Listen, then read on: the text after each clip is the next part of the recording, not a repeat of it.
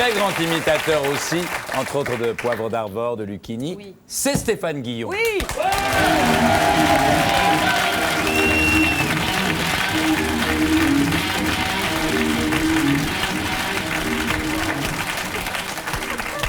Bonsoir Stéphane. Vous imitez Stéphane? Non. C'est comme vous faites toutes les voix un peu Elle ne perchées, fait non? aucun homme, à part Elie Kakou, qui était son grand ami. Ben alors, faut rigoler, hein, Guillaume, hein? Ouais. Va falloir faire le zouave, là. Tu vas nous faire rigoler ou tu vas nous faire pleurer? Ben alors!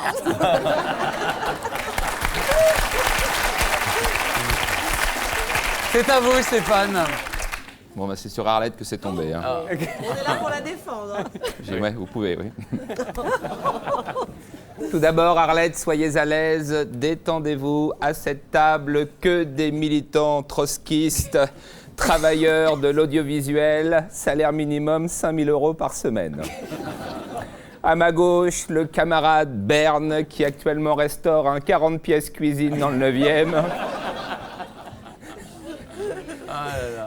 À ma droite, le camarade Zemmour, une des grandes plumes révolutionnaires du Figaro. Arlette Yvonne Laguillet. Arlette n'étant pas très moderne, vos parents se sont dit « on va mettre Yvonne en deuxième prénom ».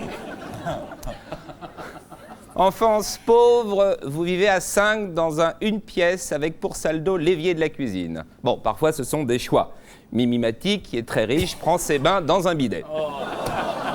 C'est la mode des petits espaces. Danny Boone a été élevé dans une cabine de camion. Pour tourner à gauche, l'enfant sortait une oreille. Vous grandissez au Lilas, dans une HLM de 3 étages, derrière le dépôt de bus. À Marseille, habiter derrière le dépôt de bus, c'est ce qu'il y a de plus chic. 11 mois par an, les bus ne partent pas, calme, absolu. Jeunesse pauvre dans une famille où l'on chantait souvent. On dirait la bio de Linda de Souza, qui aurait dû faire dactylo au Crédit Lyonnais comme vous. C'est couillon.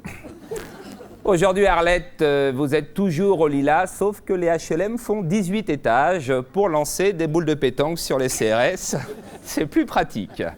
Vous vivez dans un 2 pièces, vous avez gagné 1 pièce depuis votre enfance. Grand luxe, hein? On pète dans la soie chez Arlette. Autre signe de richesse, une magnifique chaîne hi-fi offerte par vos camarades du Crédit Lyonnais pour vos 50 ans. Bernard Tapie a eu 135 millions d'euros, ça fait plusieurs magasins de chaînes hi-fi. Le Crédit Lyonnais, c'est aussi le Tour de France. Dans un pays où la drogue est illégale, seule compétition où le plus grand camé reçoit une peluche, un chèque et un bouquet de fleurs. Arlette, chez vous, le syndicalisme est une religion, aucun mari. En entrant chez Lutte ouvrière, vous renoncez au plaisir de la chair. Les galipettes et les actions en bourse, va des rétros Satanas. Dommage, vos petits pulls en laine tricotés et l'intégrale de Lénine trônant dans le salon invite à la bagatelle. Oublions.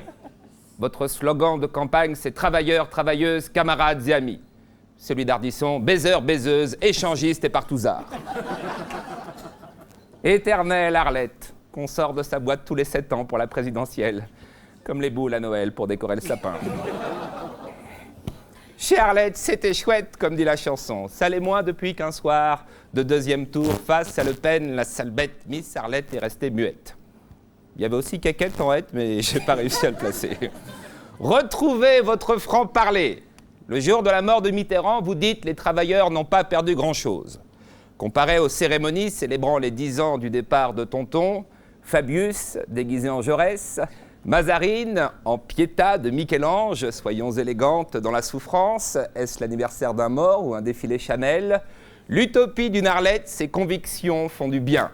Camarades de l'audiovisuel, merci. Stéphane Guillon.